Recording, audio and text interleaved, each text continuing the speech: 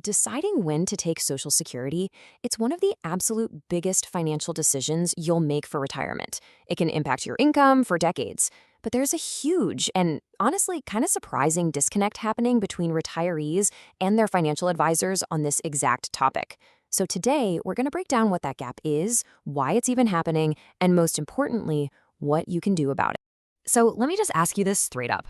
Think about your own retirement plan for a second. Do you feel like you and your advisor have a rock-solid, crystal-clear strategy for Social Security? Just hold that thought, because what we're about to see might really surprise you. Okay, take a look at this. A study from the Alliance for Lifetime Income found that a whopping 92% of financial professionals believe they're helping clients with this decision. But, and this is a big but, only 22% of clients say their advisor actually helped them the most. That's a 70-point gap. Clearly, something is getting seriously lost in translation here. Now, let's be really clear about something. This isn't about advisors having bad intentions or clients just not paying attention. The real heart of the problem, as all the research shows, is a fundamental breakdown in communication.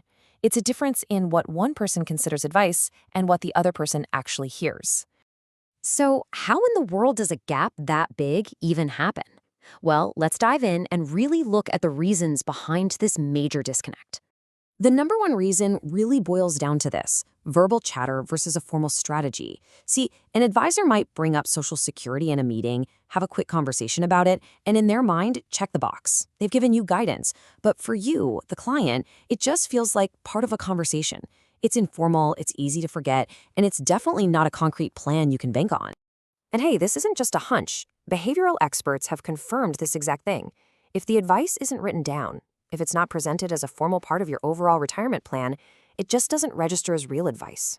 It just doesn't have the weight or the clarity of a documented strategy. And it goes even deeper. Sometimes the advice isn't even visible in your main retirement documents. Or it might be way too generic, which is a huge problem when there are literally hundreds of claiming options for a couple. Maybe it's not integrated with your 401k or pension. Or worst of all, the advisor just has a "we covered that already" mindset, not realizing just how critical it is to revisit this topic. Okay, so if casual conversation isn't cutting it, what does a proper, formal plan actually look like? Let's build one together right now.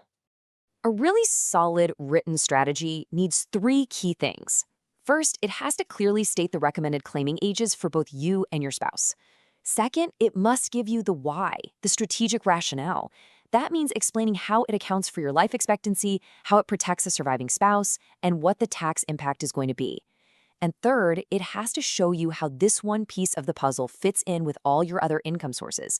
That's how you turn a vague idea into a plan you can actually use. And this is what that looks like in the real world.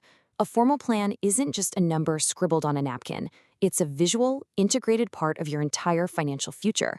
When you can actually see the strategy laid out like this, it becomes real, it becomes tangible, and it's something you can follow with real confidence. All right, so now that we know what a good plan should look like, let's get into the action plan. Here's how you can personally bridge that communication gap and make sure you're getting the advice you truly need. The most important thing here is this: you have to be proactive. You can't just assume this topic will be covered the way it needs to be. At the end of the day, it's your retirement, it's your money, and it's your future on the line. So it's time to take ownership of this conversation. Here is your checklist. This is exactly what you should ask for. Request a formal written analysis of your options. Ask for a break-even analysis that shows you the point where waiting to claim really pays off. Ask to see lifetime benefit comparisons between different strategies. And absolutely ask them to model specific what-if scenarios, like what happens if you decide to keep working. This is how you get advice that's built for you, not for someone else.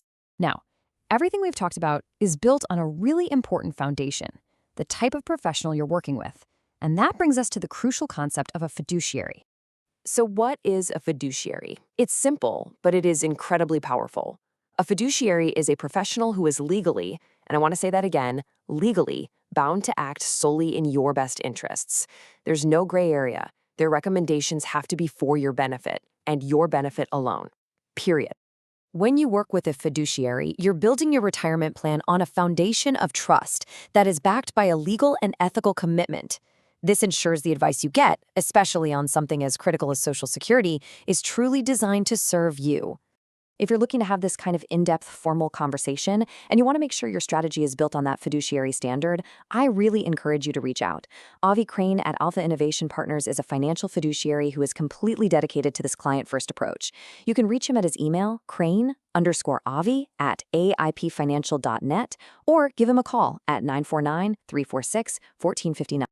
And hey, to make it even easier, you can just pull out your phone and scan the QR code right here on the screen to get all of Avi's contact information instantly. Don't leave one of your biggest retirement decisions to a casual chat or, worse, to chance. Make sure your plan is formal, visible, and built in your best interest.